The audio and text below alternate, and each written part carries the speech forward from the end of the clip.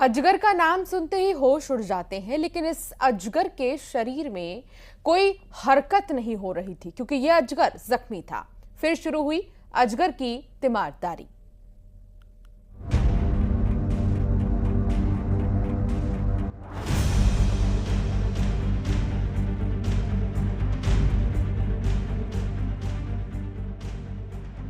ये तस्वीरें हैं अजगर की तीमारदारी की। अजगर के शरीर पर जख्म है, गले पर भी घाव, रिस्क फ्रैक्चर हो गई, सिर और पूंछ पर जख्म है। अजगर को देखते ही होश उड़ना लाजमी है, जिसकी जकड़ और पकड़ ऐसी कि जिससे बच पाना आसान नहीं होता। लेकिन ये अजगर ना हिल पा रहा था, ना डुल पा रहा था। एक ही जगह पर घंटों तक बैठा रहा। दरअसल अजगर घायल था। सारनी में वन विभाग की टीम को घायल अजगर की खबर लगी। फिर टीम ने घायल अजगर का रेस्क्यू ऑपरेशन किया,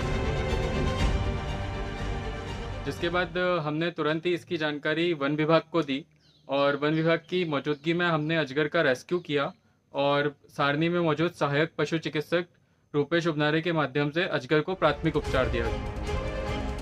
जख्म पुराने हो गए थे, जख्म से बदबू आ रही थी।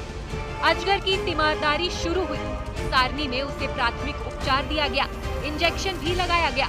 अजगर की गंभीर हालत को देखते हुए उसे सारनी से भोपाल रेफर किया गया, जिसे स्पेशलिस्ट से उसका सही से इलाज हो सके।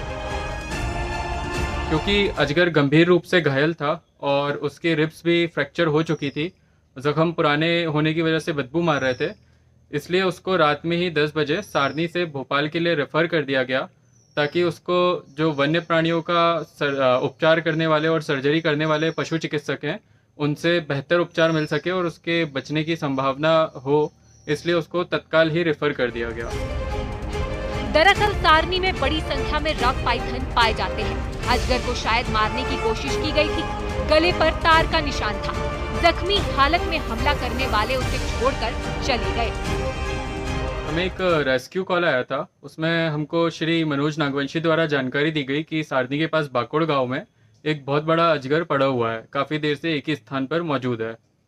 जिसके बाद हम मौके पर पहुंचे तो अजगर काफ़ी ज़्यादा असामान्य बर्ताव कर रहा था, जिस पर मैंने उसको चेक किया तो अजगर के शरीर पर कई सारे घाव थे और उसके गर्दन के पास में एक तार बंधा हुआ था, सर पे घाव थे और पूंछ पर घाव थे। तो देखकर ऐसा प्रतीत हो रहा था कि किसी ने उसको मारने का असफल प्रयास किया होगा। अजगर का ये रेस्क्यू ऑपरेशन आखिरकार सफल हुआ। बैतूल में ऋषु नायडू के साथ bureau report, news 18, Madhya Pradesh, Chhattisgarh.